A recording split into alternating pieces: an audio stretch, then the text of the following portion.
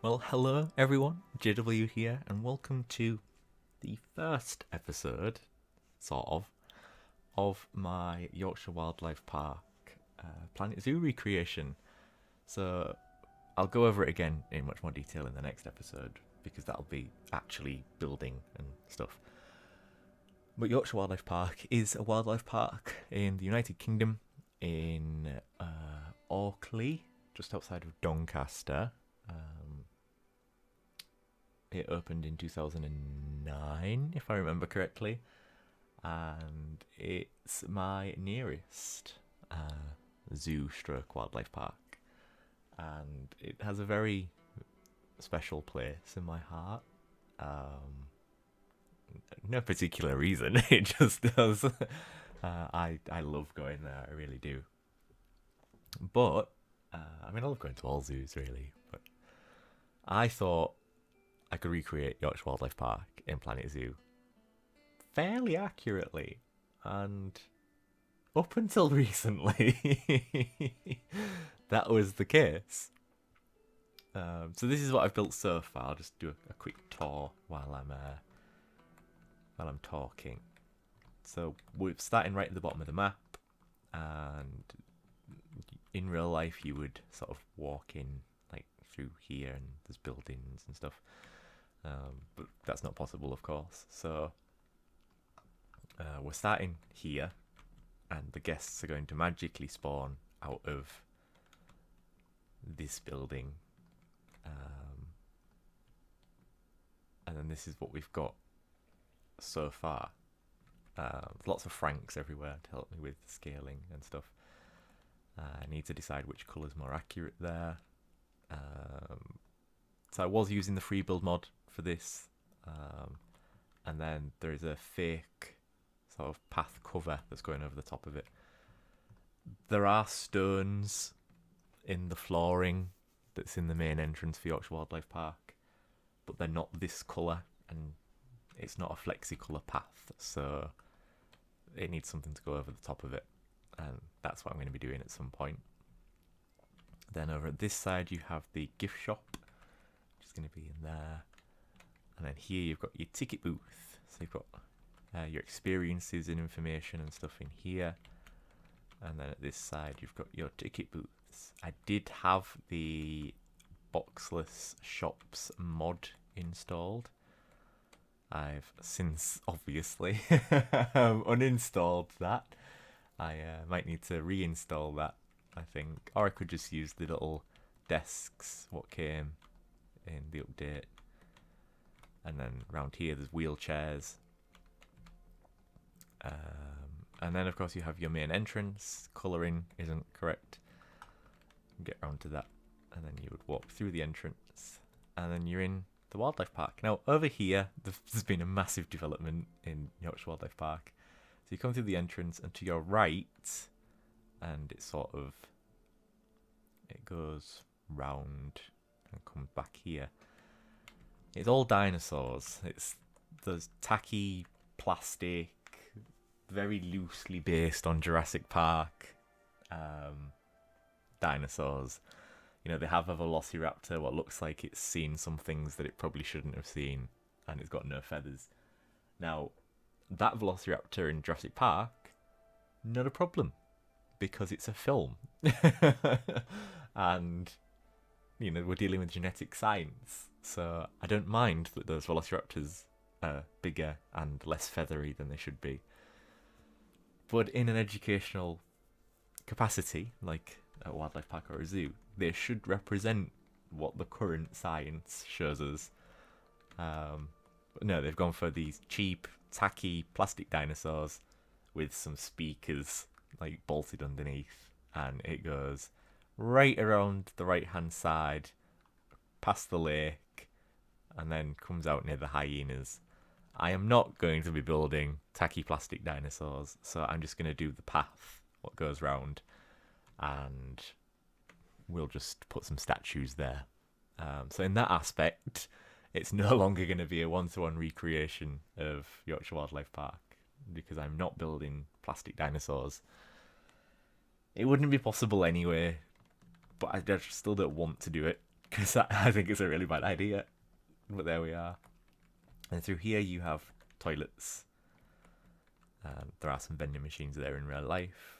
And then here you have staff access to the backs of these habitats. So first up, as you first come in, on your left there is the bush dogs, and they're split between two habitats. I've only ever seen them in the bigger habitat. I'm assuming this one is for when they're younger, if they have pups, that kind of thing.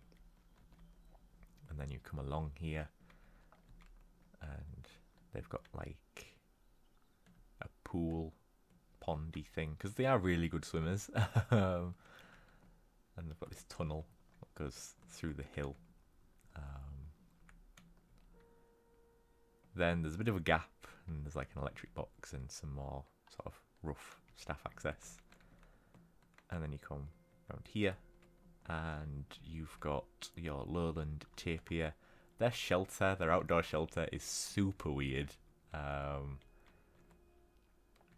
So I've done it as best as I can. So this is what their outdoor shelter looks like. Obviously it's not purple. I don't know why it just has this random bit of wood there, but it does. So that's that. So lowland tapir going here. They also have some indoor viewing, and they have a pool which I have lovingly recreated and put in here, because I recently learned that tapirs only like to poo in water. I mean, if they're really desperate, I'm sure they'll poo anywhere, but their preference is to poo in water. So that's that. And then we'll get onto that in just a second. So this still needs a little bit of tweaking, but it's mostly there. But again, I need the free build mod to be in some form of working order for that, because I need to adjust the terrain and stuff like that. And then you come down here, down the side of the tapirs, and then this is like all fenced off, which is what I've done there. That's going to be part of a new development what they were building. I don't know if they've stopped building it now because of some financing issues, but there's going to be another habitat here. But over on the left here we have the maned wolves. So the fencing's a little bit rickety. This is a dry run. Like, if I just show you, let's go for that one. So I'm on Yorkshire Wildlife Park dry run. So I've got a test map where I'll test things before I even try it in the dry run. Then I've got the dry run, which is where I get as close as I possibly can. And then I've got my actual recreation, which is as accurate as I can feasibly get it within Planet Zoo, using the free build mod and, of course, the animal mods and prop mods and stuff like that. Let's just get rid of that. So this is the maned wolves. As far as I'm concerned, where the reference photos are concerned, and sort of eyeballing it, this is pretty accurate. The only thing what's not accurate is the shelter. There's actually two little doors in this, and the main wolves can hide behind it away from the public as well. So I still need to do that. But all this planting at the back, that's accurate. And the size of the habitat, it's maybe a little bigger at this end, but I'm pretty happy with how it's turned out. And then you've got the maned wolves indoor accommodation, which I haven't finished yet. And they also have access to part of the tapir house as well. And then there's a little picnic area here, and that needs to be fenced off. And then there's like a filter house and a staff yard here, and then there's a second sea lion pool here, and the other sea lion pool. You come through here, and then this is, I had some trouble landscaping. There's a little path that goes up here, and then there's this path which continues round, and then you have the sea lion habitat, and then behind the sea lion habitat there's the massive lake, and then behind the massive lake there's the hyena habitat, and behind the hyena habitat there's a river, and behind the river there's a wetlands habitat, and behind the wetlands habitat there's the Amur tigers. So lots to do, but that's what I've got so far for Yorkshire Wildlife Park. But things have... I need to redo that, yeah. But things have changed. So obviously the first thing... COVID-19 wear a mask. The first thing is all the techie dinosaurs. So I need to get there and see what the path layout is primarily. And then I'll just put the path down rather than the tacky dinosaurs. Second thing is changes in animals. So when I started this project, Yorkshire Wildlife Park had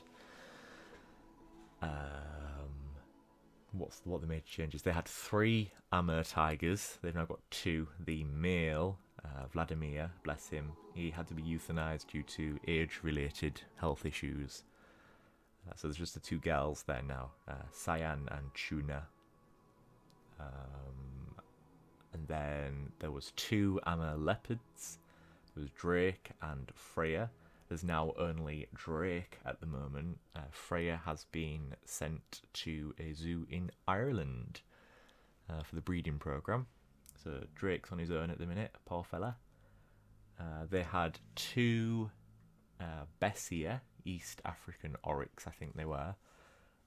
They've now been sent to Marwell Zoo, so they haven't got them anymore. The yellow mongooses have now been sent to another collection, so they haven't got them anymore. And they've got 2 packs of African wild dogs. They're currently looking to send one of the packs to another collection, and then they're going to bring in some new blood for the remaining African wild dogs. So that will be something what may happen before I actually get round to doing it. They've got a new species of lemur in there now. So when I started it, they had ring-tailed and red-bellied, and they've now got ring-tailed, red-bellied, and crowned lemur. They've got another anteater now. They've got a male and a female. They only had a male before, I think it was. What else has changed? Lots has changed. They've now got less lions than they had before. They've had a few deaths, but the lions were really old and they came from really, really poor conditions, so they've done well to last as long as they did. They lost one of the smooth-coated otters, and they've got a new one, and from what I've seen of her online, she is adorable. They've got 3 baby giant otters now, so a family of 3 has become a family of 6. Cotton-top tamarins have had some more babies.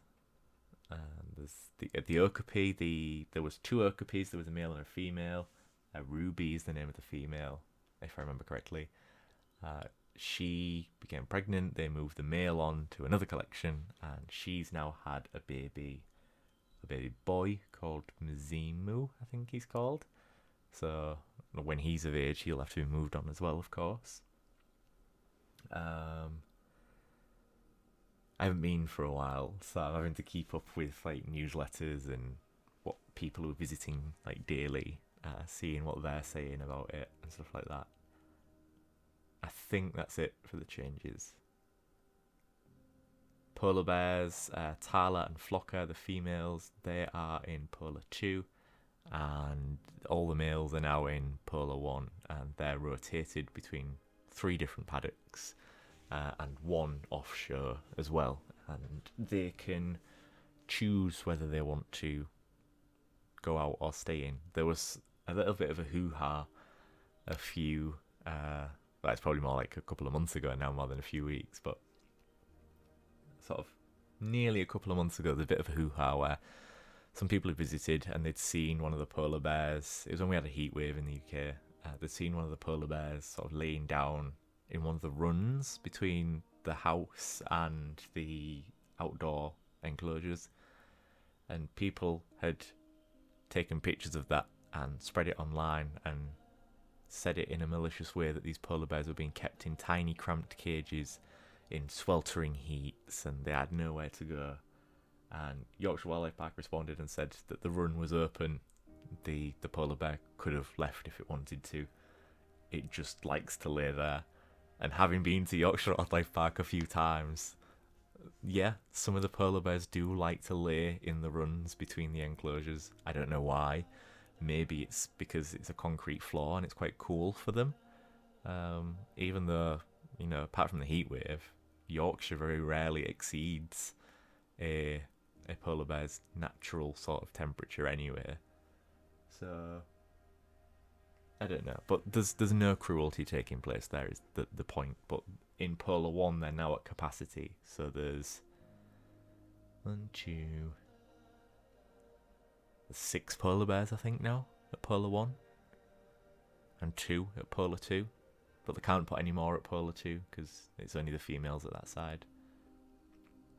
So there's going to be a lot of polar bears in this recreation.